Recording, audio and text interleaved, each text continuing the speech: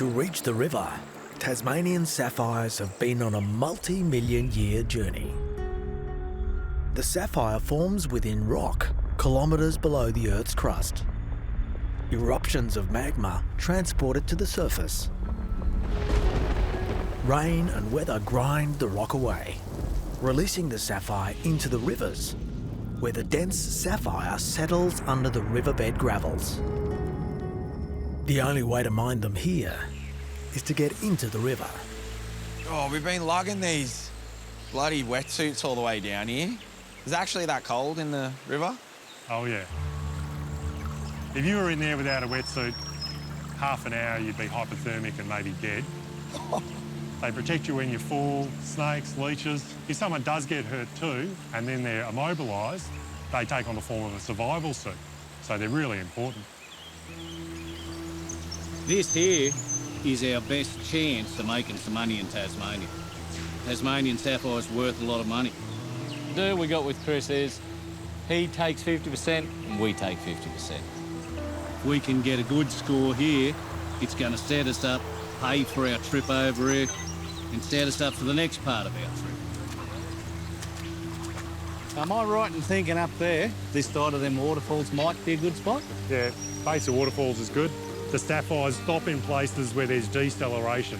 Yep. And settle. I reckon this looks like a great spot. Sapphires might have collected here. We'll put JC underwater on a pipe and some goggles. And you have to step on his back to keep him under because he's really buoyant in the wetsuit. Wait, what? You'll be right, you'll be right. On a serious note, if he taps out, let him up.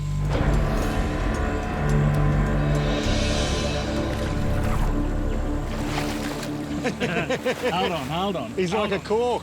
Hang on. There we go. JC collects the gravel where sapphire may have settled, and they will sift it to reveal the gems. But Chris has a trick for narrowing the odds. Another gemstone, black spinel. It's not valuable, but being black, it's easy to spot amongst the sandy gravel. We use that black spinel as an indicator mineral. Black spinel has almost the identical specific gravity of sapphire. It tells us that this is a spot that's potentially collected other heavy things like sapphire. That's got a bit of spinel in it. JC's having a big go. And he's really getting stuck in, and it is bloody cold in there, you know, like you can hardly stop shivering between bloody scoops. We're going to sieve it, and that's how we'll get at them. Because the sapphires are heavier, they'll sink to the bottom of the sieve, and we'll give it a flip. Good flip. What exactly are we looking for? Is it going to be a blue stone? Yep, yeah. It'll be sitting It'll on top. all be on that top bit? Yep. Yeah. There's not much there.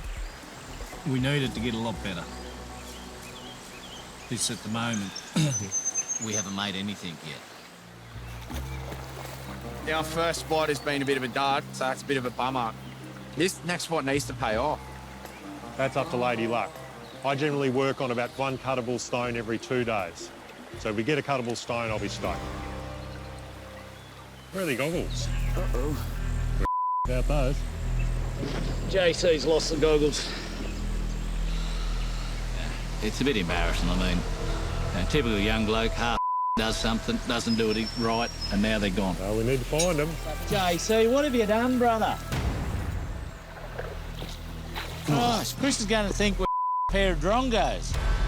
And then we're digging blind. Yeah!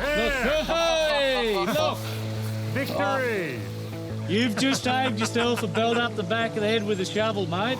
Woo! The first find of the day. Not sapphires, but it's almost a sight better. My God. That's back. Yeah, there you go. Straddle the beast. My God, somebody call Greenpeace.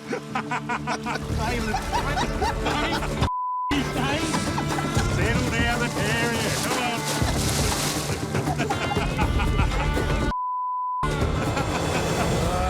We're wasting daylight, Rod.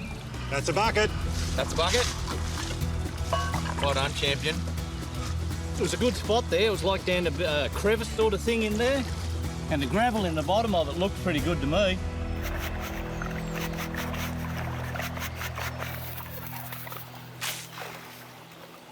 Oh, look. There. Mate! Oh, mate, it's big and it's cheesy, Jimmy! It's cheesy, mate. Look at that colour.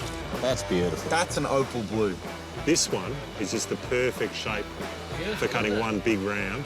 It's so clean on the outside and the colour's unbelievable. They're beautiful. Really beautiful. Beginner's luck. Bloody hell. To get two good stones in one go like that, that's a dream. I don't know, you couldn't script it. This cold water, the leeches, everything, and we've actually done what we set out to do. You know, we set out to find sapphires and we found sapphires. We've got a bit of black spinel, quartz and some really good blue sapphires. My experience in the gem world, you'd make up two parcels and then the other person would pick which one they want. And that's how you know it's fair. Yeah. He's splitting it, he don't know which one we're picking. And for me, and we need to agree on this one, for me, that's the parcel. I love the blue in that long, skinny buggy. I know. I'm with Couldn't you. agree more. I'm with you, partner. Roughly, what do you think, well, our parcel's going to be worth? Something like that could be worth $200 to $300. All right. Only $200 or $300. Yep, as rough. $300 for that, you know, that's no good to us. So it goes back, everything for me goes back to Opal. So with Opal, you can value add. Heard you're a pretty good jeweller. Is there any chance of value adding our parcel? Once a stone is cut and you can see its finished qualities, Yep. the price climbs. Hopefully we're going to have a bloody sight more than $300 when he's finished with it. I've really wanted to get these sapphires, not just for the money game, but Emma just loves them. It's a birthstone. What do you think about if I could get some of them made up into maybe like a ring? Could you make a ring and we still have a few cut stones left over? Oh, yeah, for sure. For sure? Yeah, if you like, I can even take a portion of them as payment for the ring, because obviously there's going to be some metal and labour, and we just call it quits there. How does that sound? Yeah. Yeah, that'll be it. Thanks, partner. And you don't have to take it out of your share, we'll just split it, mate. He's young and he's in love, so I can't say no, can I?